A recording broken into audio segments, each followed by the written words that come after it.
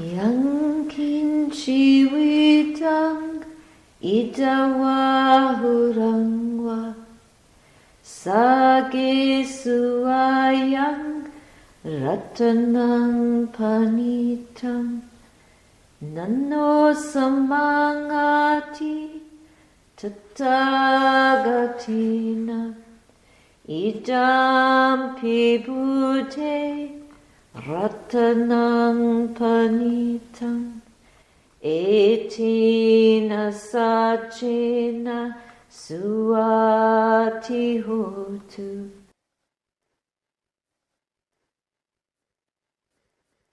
The fire sermon is a powerful teaching showing us how easy it is for us to become on fire. We can drive great distances to satisfy the mental desires based on what our senses are conditioned to wish for, to strive for, to move towards, to drag us towards again and again. And even when we give up a lot, even coming through the gates of the monastery, giving up a lot, still the mind is on fire with thoughts, with remembrance, memories of the world, memories of past experiences. So we have to realize that these 5 aggregates are constantly on fire with greed, hatred, and delusion, with this attraction to experiences at every sense door, and what we think that those experiences will bring to us, and the gratification from those experiences, whether they are visual objects, whether they are sounds, smells, tastes, touch, sensations, or thoughts.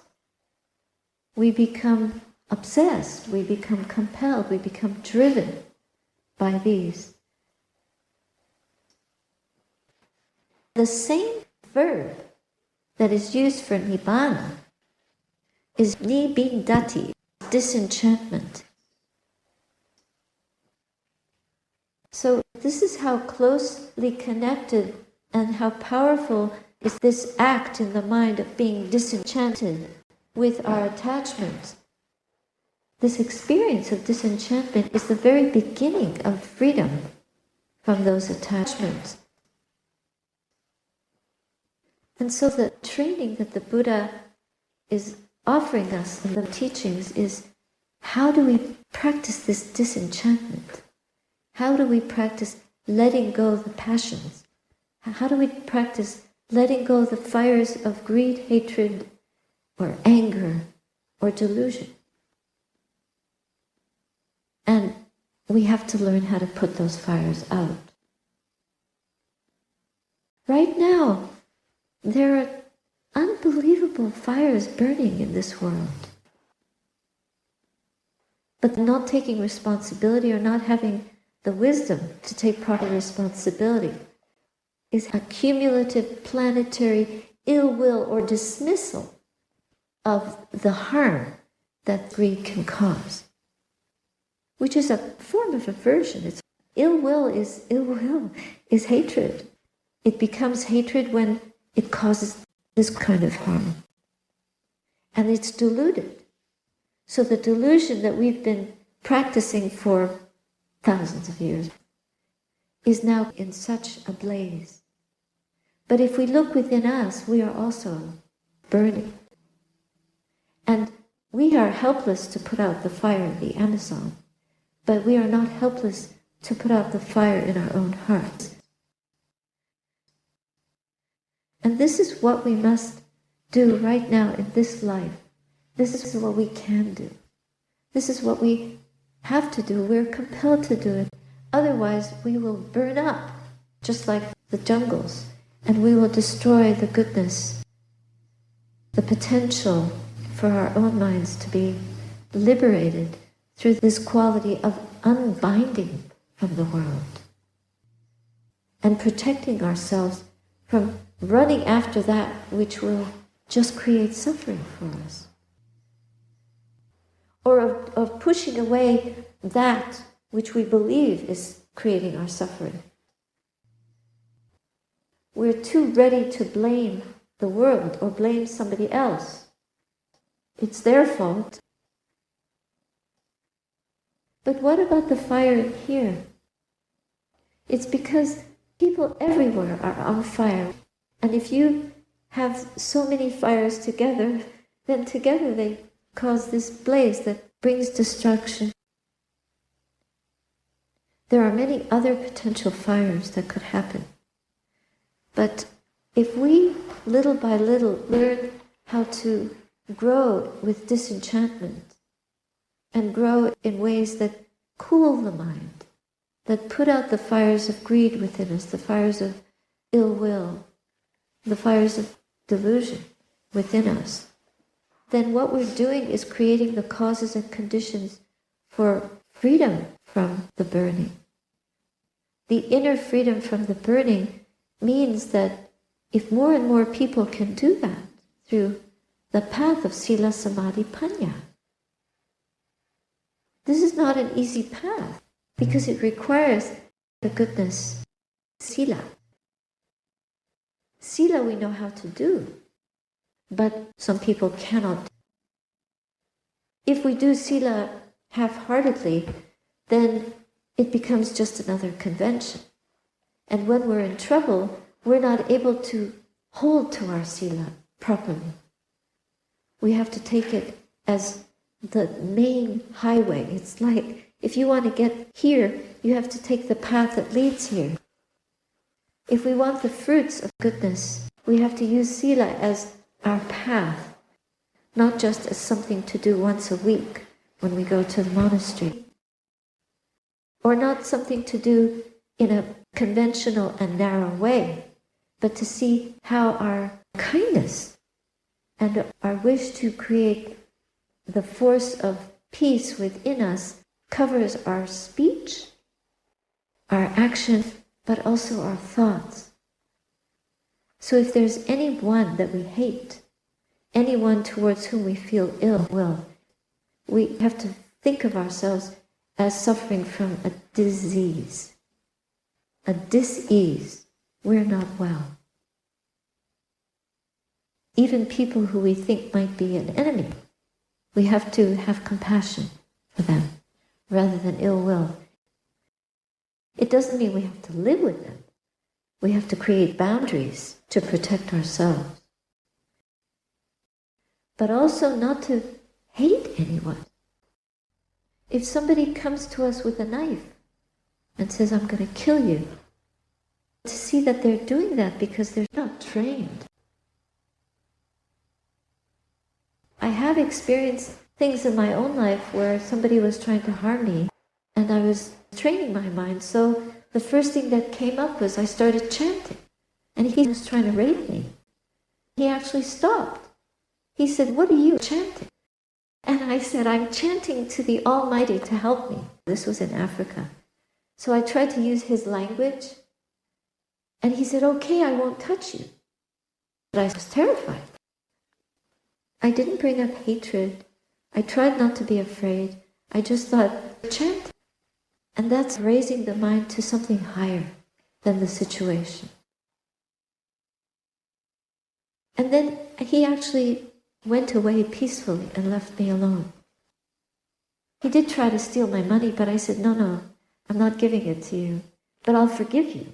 And he said, you have to give me a little money because I need to go to the priest to ask for forgiveness. So I gave him 25 cents and he went away. Some of you know this story, but it taught me an amazing lesson that even if he had done something terrible to me, even if he had killed me and thrown me over that cliff into the ocean, at least I could die with a peaceful mind state.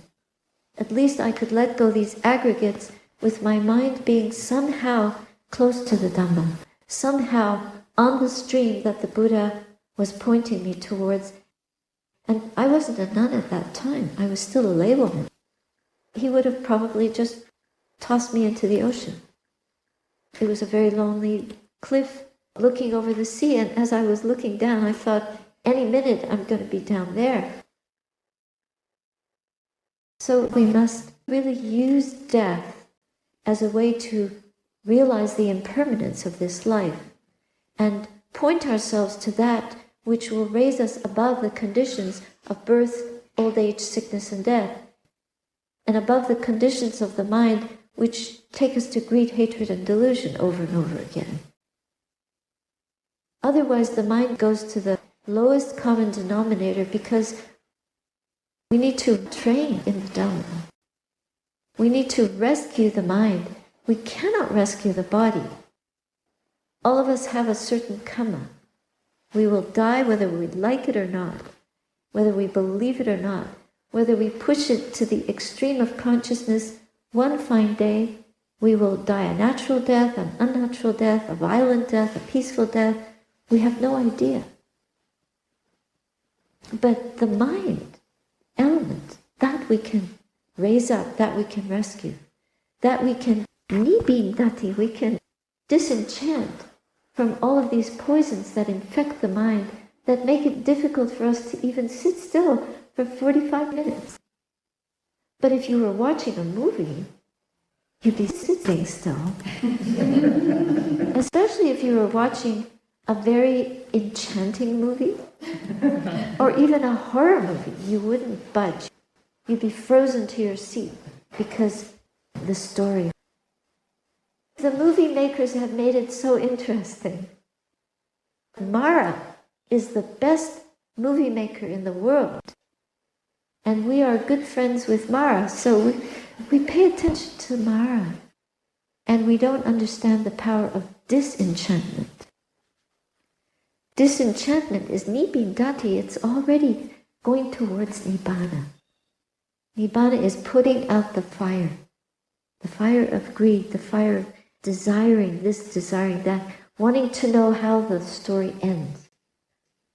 Well, we have to give up thought, because thought is full of stories, and we're fascinated by the deluded mind, which is very creative. But we're not here to create more. We're here to renounce, to give up, to sacrifice. We make sacred by sacrificing. And in that way, we begin to have a heart that is so light, so detached. But detachment doesn't mean cold. It means powerful. It means powerful in the dharmic way of letting go of the world and going beyond worldly conditions to see what is the nature of the mind. The mind is already so bright, so luminous, so pure. It is the greatest fire of all because it's the fire that is burnt out. But out of that burnt out of the world is a brightness, is an energy, is a divinity, a divine, a sublimity, a sublime, luminous quality. It's not a thing, it's not a God, it's not a being, it's a quality of being, presence, a quality of enlightenment. So this is why we're here on this earth. We're not here to have the latest devices and the best travel and going to the moon or wherever people want to go now. Go start a colony on Mars. We're going to dive to the bottom of the sea. What will we do when we get to the bottom of the sea? But we want really the escape from all of this obsession. And when we get old, there is no future. More and more, it becomes urgent. But don't wait till you're old for it to be urgent. Do this while you're young, because it's much harder to sit still when your knees are dissolving, when your body is decrepit, when your life force is terminating. It's much harder to do this work. When your mind is already so caught up in its habits that it's unable to disassociate from habit, to be trained. But the young mind is more flexible and malleable. So you should quickly run to the monastery, shave your head, and ordain. I have to put out the good word. You know the old saying, you don't ask, you don't get. Well, the same is true with the truth. If we don't investigate what the condition of our minds is, then we will not get the benefit. We will not get the true treasure. Because we're looking in the wrong way. We're looking outwards. The sense media are tuned. The mind is tuned to the world. It doesn't know that it needs to turn inwards and tune towards itself. And we can train it to do that moment by moment by moment. Just one moment at a time. Mindfulness means minding the mind, not minding the world. How hard is that? The world is advertising itself loudly. Even when you drive down the highway, we don't drive, but people drive us. So we're driving down the highway, there are all these signs, advertisements about where you're going and what you're going to see and what you can buy. It's all about consumption. But our consumption habits are consuming our energy for enlightenment with the energy of dukkha. Everything that we get, we're going to lose. Even these khandhas, we're going to lose. And then our vehicle for enlightenment will disappear. Because when the mind, the untrained mind, is not connected to the khandhas, it has to come back again in some other realm. We have the good fortune to be born in the human realm. Very rare good fortune. So to use the conditions of this birth to discover the inner treasure and our own potential, to put out the flames of a mind that is on fire and the sense doors that are on fire with greed, hatred, and delusion, with birth, with old age, with sickness, with death, with sorrow, lamentation, pain, grief, and despair, because we're going to lose everything. But we can be free. We can free ourselves from these sufferings. This teaching is available, and this practice needs to be perfected continuously, day in, day out. If we're in trouble, if we have troubles in our life, we have to see, I'm in trouble. What can I use to get out of trouble? How can I change the direction of my life so that I can free myself from this trouble? We can free ourselves by training the mind and understanding the way out of this suffering.